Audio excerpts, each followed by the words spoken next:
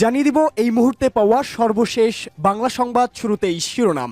জাতীয় জীবনে ৬৯-এর গণ অভ্যুত্থানের তাৎপর্য অপরিসীম বলে তারেক রহমানের মন্তব্য। পরেই জানাবো বিএনপির মহাসচিবের নিরপেক্ষ সরকারের দাবি আরেকটি ১/১১ সরকার গঠনের ইঙ্গিত বলে নাহিদ ইসলামের হুঁশিয়ারি বার্তা। এদিকে ফেব্রুয়ারি মাসের মধ্যে আনুষ্ঠানিকভাবে রাজনৈতিক দল ঘোষণা, আক্তার হোসেনের মন্তব্য। পরেই জানাবো বিএনপি নেতা শামসুজ্জামান দুদুর প্রশ্ন, জামাত কি পাকিস্তানি ধারা থেকে বেরিয়ে আসতে পেরেছে? এবং সর্বশেষ জানাবো ইসলামী দলগুলোকে কাছে টানার চেষ্টা করছে বিএনপি, ঘুরে যাচ্ছে বাংলাদেশের রাজনৈতিক মোড়। শুনছিলেন সংবাদ শিরোনাম, এবারে বিস্তারিত। জাতীয় জীবনে ৬৯-এর গণ অভ্যুত্থানের তাৎপর্য অপরিসীম, তারেক রহমানের মন্তব্য।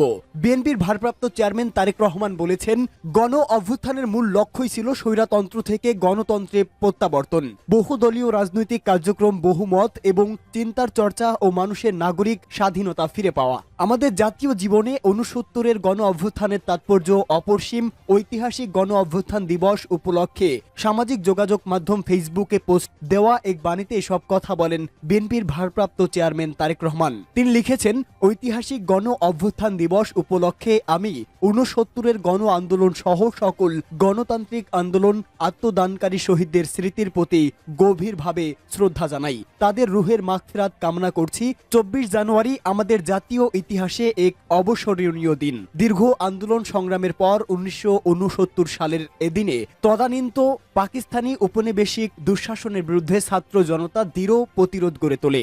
গণ আন্দোলন তীব্র আকার ধারণ করে তা গণ অভ্যুত্থানে পরিণত হয়েছিল। পতন নিশ্চিত হয়েছিল সামরিক স্বৈরা শাসকের, আর এরই ধারাবাহিকতায় প্রশান্ত হয়েছিল আমাদের স্বাধীনতা অর্জনের পথ। গণ অভ্যুত্থানের মূল লক্ষ্যই ছিল স্বৈরতন্ত্র থেকে গণতন্ত্রে প্রত্যাবর্তন। বহুদলীয় রাজনৈতিক কার্যক্রম, বহুমত এবং চিন্তার চর্চাও মানুষের নাগরিক স্বাধীনতা ফিরে পাওয়া। আমাদের জাতীয় জীবনে ৬৯-এর গণ অভ্যুত্থানের তাৎপর্য অপরিসীম। সুতরাং আজকের এই মহান দিনে আমি স্বাধীনতা, সার্বভৌমত্ব, গণতন্ত্র ও মানুষের মৌলিক ও মানবাধিকার নিশ্চিত করতে ঐক্যবদ্ধভাবে কাজ করার জন্য দেশবাসীর প্রতি আহ্বান জানাই।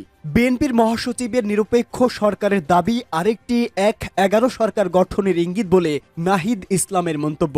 বিএনপির মহাসচিব মির্জা ফখরুল ইসলাম আলমগীরের নিরপেক্ষ সরকারের দাবি মূলত আরেকটি ১/১১ সরকার গঠনের ইঙ্গিত বলে দাবি করেছেন নাহিদ ইসলাম। তিনি বলেছেন, বিএনপি কয়েকদিন আগে -2 আলোচনা করলেও এখন ক্ষমতায় যাওয়ার পথ সুগম করার জন্য নিরপেক্ষ সরকারের নামে আরেকটি ১/১১ সরকারের প্রস্তাব করছে। এ ধরনের পরিকল্পনা গণতন্ত্র ও জাতীয় স্বার্থের বিরুদ্ধে যাবে এবং ছাত্র জনতা কোনোভাবেই এটা মেনে নেবে না। এটা বিএনপির বিরুদ্ধেও ষড়যন্ত্র।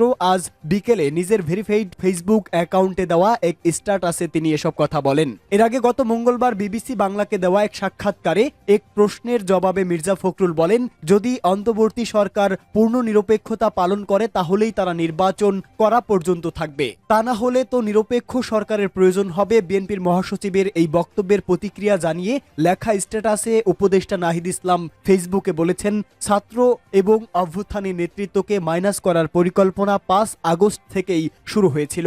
৫ আগস্ট যখন ছাত্র জনতা রাজপথে লড়াই করেছে, পুলিশের গুলি অব্যাহত রয়েছে, তখন আমাদের আপোষকামী অনেক জাতীয় নেতা ক্যান্টনমেন্ট জনগণকে বাদ দিয়ে নতুন সরকার করার পরিকল্পনায় ব্যস্ত ছিল। আমরা ৩ আগস্ট থেকে বলে আসছি, আমরা কোনো প্রকারের সেনা শাসন বা জরুরি অবস্থা মেনে নেব না।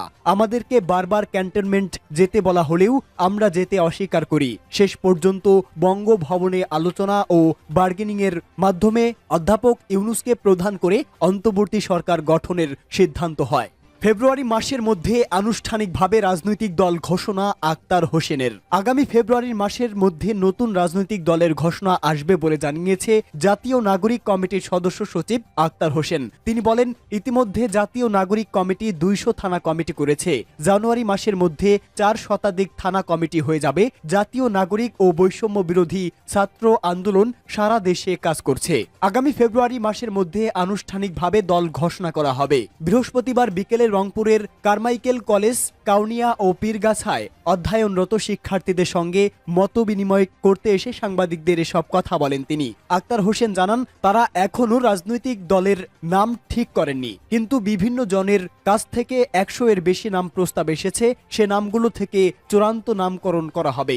জাতীয় নাগরিক কমিটির সদস্য সচিব আক্তার হোসেন বলেন, আগামী নির্বাচনে অনেকেই আওয়ামী লীগকে নিয়ে আসবার একটা পায়তারা করছে। এটা স্পষ্ট যে দিল্লির সঙ্গে সম্পর্ক থাকায় এ ধরনের কথা বলা সম্ভব। দিল্লির মদদেই হয়তো এ ধরনের কথাগুলো বলা হচ্ছে যে আওয়ামী লীগকে নিয়ে আসতে হবে, আওয়ামী লীগকে বাংলাদেশে রাজনীতি করতে দেওয়া হবে না। যারাই আওয়ামী লীগকে নির্বাচনে আনার চেষ্টা করবে তাদের বিরুদ্ধেই দেশের জনগণ সর্বশক্তি দিয়ে রুখে দাঁড়াবে। জামায়াত কি পাকিস্তানি ধারা থেকে বেরিয়ে আসতে পেরেছে? প্রশ্ন শামসুজ্জামান দুদুর। বিএনপির ভাইস চেয়ারম্যান শামসুজ্জামান দুদু বলেছে, 1971 সালে পাকিস্তান সেনাবাহিনী ও জামায়াত নিজেদের দেশপ্রেমিক বলে দাবি করেছিল। হঠাৎ করে তার এমন বক্তব্যে আমাদের সেই কথাই মনে করিয়ে দেয়। পাকিস্তানি ধারা থেকে তারা বেরিয়ে আসতে পেরেছে কি, সেটা আগে পরিষ্কার করলে একটু ভালো হতো। ঠাকুরগাঁও শিল্পকলা একাডেমি মিলনায়তনে জেলা বিএনপির আয়োজিত সাংগঠনিক সভায় যোগদানের আগে সাংবাদিকদের প্রশ্নের জবাবে তিনি একথা বলেন। কয়েকদিন আগে জামায়াতের আমির শফিকুর রহমান দাবি করেছেন, দেশে পরীক্ষিত দুটি দেশপ্রেমিক শক্তি আছে, একটা সেনাবাহিনী আর একটা জামায়াতে ইসলামী। এ বিষয়ে সাংবাদিকেরা প্রশ্ন করলে শামসুজ্জামান দুদু ওই বক্তব্য দেন। বিএনপি নির্বাচনী প্রস্তুতি সংক্রান্ত এক প্রশ্নের জবাবে শামসুজ্জামান দুদু বলেন, বিএনপি নির্বাচনের জন্য সবসময় প্রস্তুত। আমরা 2014 সাল থেকে একটি অংশগ্রহণমূলক নির্বাচনের জন্য কাজ করে আসছি। আমরা সবসময় জনগণের উপর নির্ভরশীল একটি রাজনৈতিক দল। সেজন্য আমরা মনে করি দেশের কৃষি, শিল্প, শিক্ষা ও পেশাজীবীদের যে অধিকার সেটা এই মুহূর্তে 31 দফার মধ্য দিয়ে বিএনপি একটা গ্রহণযোগ্য অবস্থায় দেশকে নিয়ে যেতে পারবে। আমরা খুবই আশাবাদী যে কোনো সময় নির্বাচন হলে বিএনপি ও জাতীয়তাবাদী শক্তি ভালো করবে।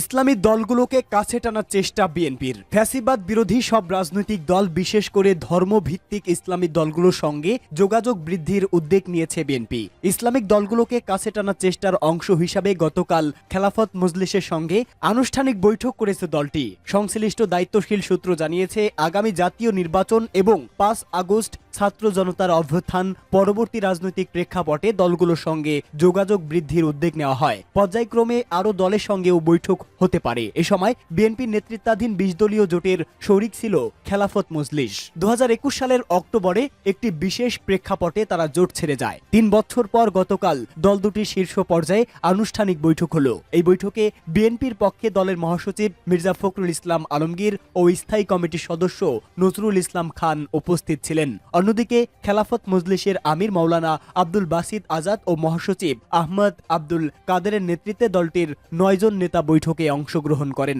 বিএনপি তার পুরনো জোটসঙ্গী খেলাফত মজলিসের সঙ্গে এমন সময় বৈঠক করল যখন একদিন আগে গত মঙ্গলবার জামায়াতে ইসলামীর আমির শফিকুর রহমান বরিশালে চরমনায়ের পীর ও ইসলামী আন্দোলনের আমির সৈয়দ মোহাম্মদ রেজাউল করিমের সঙ্গে সৌজন্য সাক্ষাৎ করেন। সেখানে তারা মধ্যাহ্ন ভোজ অংশগ্রহণ করেন। অবশ্য বরিশালে জামায়াতের আমিরের দলীয় সমাবেশ ছিল। এর ফাঁকে তারা চরমনাইতে মিলিত হয়। যদিও